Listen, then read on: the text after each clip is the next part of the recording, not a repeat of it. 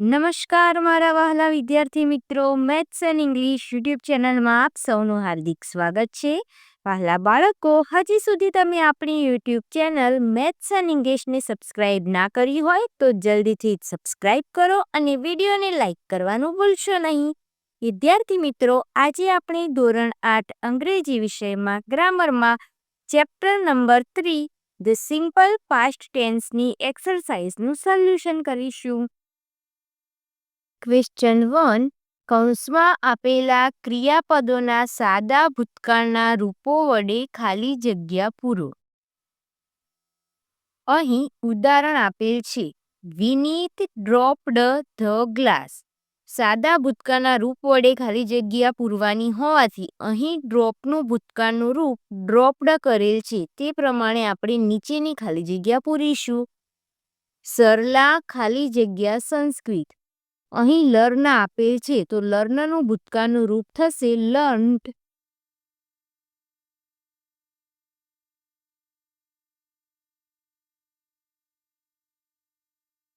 Number 2. The policeman ખાલી જગ્યા the thief. અહીં સ્ટોપ આપેલ છે તો સ્ટોપનું થશે સ્ટોપ્ડ. વિદ્યાર્થી મિત્રો, અહીં સ્પેલિંગનો લાસ્ટ અક્ષર એટલે કે છેલ્લો અક્ષર પી છે ને પીની આગળ ઓ તે સ્વર છે. જો વ્યંજનની આગળ સ્વર હોય, છેલ્લો અક્ષર વ્યંજન હોય અને વ્યંજનની આગળનો અક્ષર એ ઈ આઈ ઓ યુ માંથી ગમે તે એક હોય તો આપણે છેલ્લા વ્યંજનને બેવડાવવાનો એટલે કે 2 વાર લખવાનો અને ત્યારબાદ ઈડી લગાડવાનું. નંબર 3. નયના ખાલી જગ્યા અ લેટર. અહીં રાઇટનું ભૂતકાળનું રૂપ થશે રોટ. 4. ધ સ્ટુડન્ટ્સ ખાલી જગ્યા અ સોંગ. સિંગનું થઈ જશે સેંગ. 5. ધે ખાલી જગ્યા હોમ અર્લી. ગોનું ભૂતકાળનું રૂપ થશે વેન્ટ. નંબર 6. ધ ટીચર ખાલી જગ્યા ધ પોયમ. અહીં લાઈક છે તો લાઈકની પાછળ માત્ર ડી લાગશે કારણ કે ઈ આપેલ છે. 7. વી ખાલી જગ્યા ધ પિકનિક. એન્જોય તો એન્જોયની પાછળ પણ ઈડી લાગશે.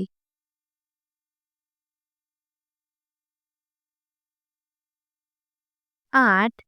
મેથ્યુઝ ખાલી જગ્યા ધ બોલ. અહીં થ્રોનું થઈ જશે 3.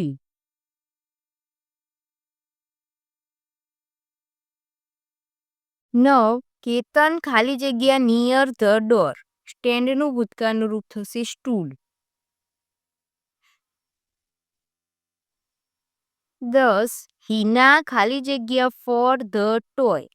ક્રાય છે. હવે બાળકો, જો સ્પેલિંગનો છેલ્લો અક્ષર વાય હોય અને વાયની આગળ વ્યંજન હોય તો આપણે વાય કાઢી અને આઈ ઈડી મૂકીશું.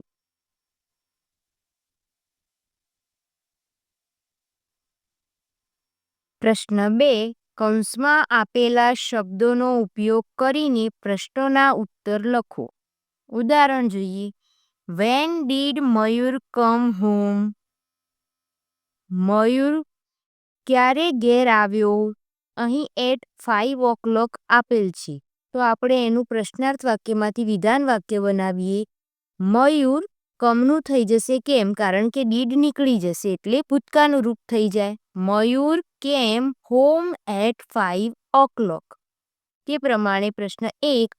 Vote did mister Desai buy? Mister દેસાઈએ શું ખરીદ્યું? તો અહીં બુક્સ આપેલ છે. મિસ્ટર દેસાઈ બાયનું ભૂતકાળનું રૂપ બોટ કરી દેવાનું. Mister Desai boat books. 2. Who call the meeting. અહીં ધ પ્રિન્સિપાલ આપેલ છે તો હુની જગ્યાએ આપણે ધ પ્રિન્સિપલ મૂકીશું. The principal call the meeting. 3. How much money did he collect? અહીં હી કલેક્ટેડ 1000 રૂપીઝ. કૌંસમાં જે 1000 રૂપીઝ આપ્યા છે તે લખી દેવાના અને ડીડ નીકળી જાય એટલે કલેક્ટની પાછળ ઈડી લાગશે. 4. વેન ડીડ ગીત ગો ટુ મુંબઈ? ગીત ગોનું ભૂતકાળનું રૂપ થઈ જશે વેન્ટ. ગીત went to Mumbai last Sunday. 5. Which house did you like? હવે બાળકો, જ્યારે ડીડ યુ લાઈક એ રીતે પ્રશ્ન હોય તો આપણે જવાબ આપીશું ત્યારે યુની જગ્યાએ આઈ થઈ જશે. I liked the big house. 6. Where did the children go? અહીં ટુ ધ પાર્ક આપેલ છે તો the children went to the park. 7. Who caught the ball? Arjun caught the ball. 8. Which game did Shital play? Shital played badminton game. 9. How many balloons did he sell? He sold 12 balloons. 10. What did the teacher teach? The teacher taught a new lesson. પ્રશ્ન 3. રેખાંકિત શબ્દો ઉત્તરમાં મળે તે રીતે પ્રશ્નાર્થ વાક્યો બનાવી લખો. હવે અહીં આપણને ઉદાહરણમાં વિધાન વાક્ય આપેલ છે. તેમાંથી આપણે જે શબ્દની નીચે અંડરલાઈન કરેલ છે, પ્રશ્ન પૂછવાથી આપણને અંડરલાઈન કરેલ શબ્દ મળે તે રીતે આપણે પ્રશ્નાર્થ વાક્ય બનાવવાના છે. Richa ડ્રીવ a picture yesterday. હવે અહીં આપણને પ્રશ્ન પૂછીએ ત્યારે અ પિક્ચર અને યસ્ટરડે ઉત્તરમાં મળે તે પ્રમાણે પ્રશ્નાર્થ વાક્ય બનાવવાનું છે. રીચાએ ગઈકાલે પિક્ચર દોર્યું. તો આપણે પ્રથમ પ્રશ્ન એવો બનાવીશું કે રીચાએ ગઈકાલે શું દોર્યું? તો આપણને ઉત્તર મળશે અ પિક્ચર. તેથી આપણે વોટથી પ્રશ્નાર્થ વાક્ય બનાવીશું. જ્યારે બાળકો આપણે વોટ સાથે ડીડ મૂકીએ ત્યારે ડ્રીવનું મૂળ રૂપ ડ્રો કરી દેવાનું. આ જ રીતે અહીં જે ભૂતકાળનું રૂપ આપ્યું હોય તેનો આપણે ડીડ મૂકીએ પ્રશ્નાર્થ વાક્યમાં ત્યારે મૂળ રૂપ લખવાનું રહેશે. What did Richard draw yesterday? જવાબ મળશે અ પિક્ચર.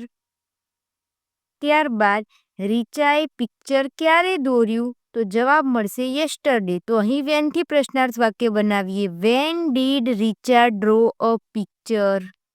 પ્રશ્ન 1. ભરત રોટ અ લેટર લાસ્ટ વીક. ભરતે ગયા અઠવાડિયે લેટર લખ્યો. તો અહીં સૌ પ્રથમ ભરત નીચે અંડરલાઈન છે તો હુથી પ્રશ્ન પૂછીશું ત્યારે આપણને ભરત જવાબ મળશે. હુ રોટ અ લેટર લાસ્ટ વીક? ગયા અઠવાડિયે લેટર કોણે લખ્યો? તો જવાબ મળશે ભરત. ત્યારબાદ what did Bharat write last week? અહીં ડીડ આવ્યું એટલે રોટનું મૂળ રૂપ રાઇટ આપણે લખી દીધું. ભરતે ગયા અઠવાડિયે શું લખ્યું? તો જવાબ મળશે a letter. When did Bharat write a letter? ભરતે લેટર ક્યારે લખ્યો? તો જવાબ મળશે last week. 2. Grandmother sang a bhajan. અહીં ગ્રાન્ડમધર અને અ ભજન નીચે લાઈન કરેલ છે. તો સૌ પ્રથમ હુથી પ્રશ્નાર્થ વાક્ય બનાવીએ. હુ સેંગ અ ભજન? ભજન કોણે ગાયું? તો ગ્રાન્ડમધરે. વોટ ડીડ ગ્રાન્ડમધર સિંગ? ગ્રાન્ડમધરે શું ગાયું? તો ભજન. 3. દર્શન gave a speech in the morning. દર્શને સવારમાં સ્પીચ આપી. તો અહીં દર્શન નીચે લાઈન છે તો હુથી પ્રશ્નાર્થ વાક્ય બનાવીએ. Who gave a speech in the morning? સવારમાં કોણે સ્પીચ આપી? તો ઉત્તર મળશે દર્શન. હવે ઇન ધ મોર્નિંગ જે સમય દર્શાવે છે તો આપણે વેનથી પ્રશ્નાર્થ વાક્ય બનાવીએ. વેન ડીડ દર્શન ગીવ અ સ્પીચ? દર્શને ક્યારે સ્પીચ આપી? તો જવાબ મળશે in the morning. 4. Mother vent to the market yesterday. Mother ગઈકાલે માર્કેટ ગયા.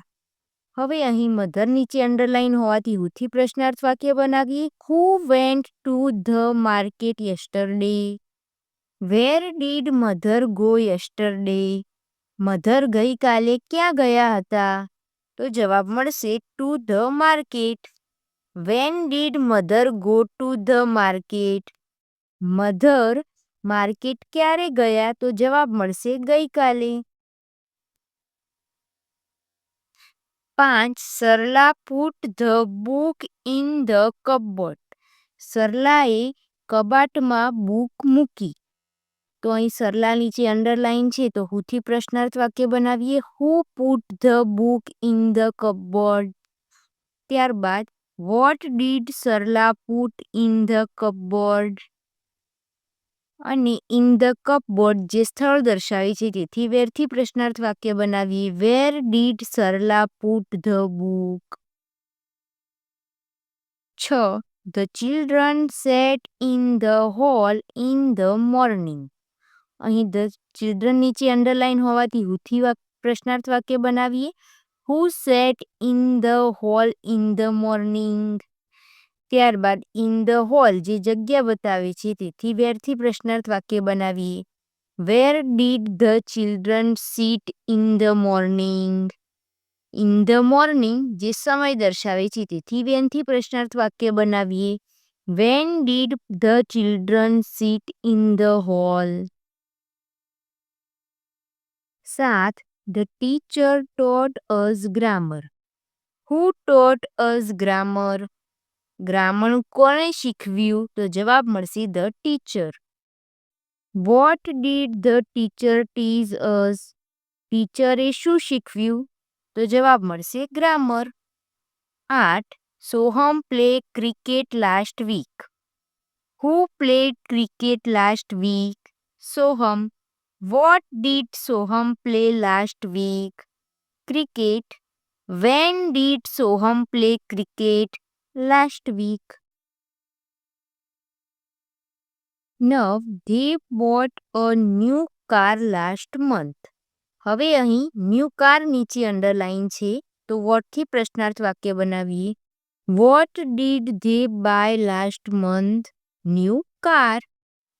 Van did they buy a new car last month? 10. Mohan went to Surat last month. Who went to Surat last month? Mohan. Where did Mohan go last month? Surat. When did Mohan go to Surat last month? વિદ્યાર્થી મિત્રો, અહીં the simple past ટેન્સનું solution પૂર્ણ થાય છે. Video ગમ્યો હોય તો તેને લાઈક કરો, તમારા મિત્રો સુધી શેર કરો. આવા જ અવનવા ઉપયોગી વિડીયો જોવા માટે આપણી YouTube channel maths and English સાથે જોડાયેલા રહો. ધન્યવાદ.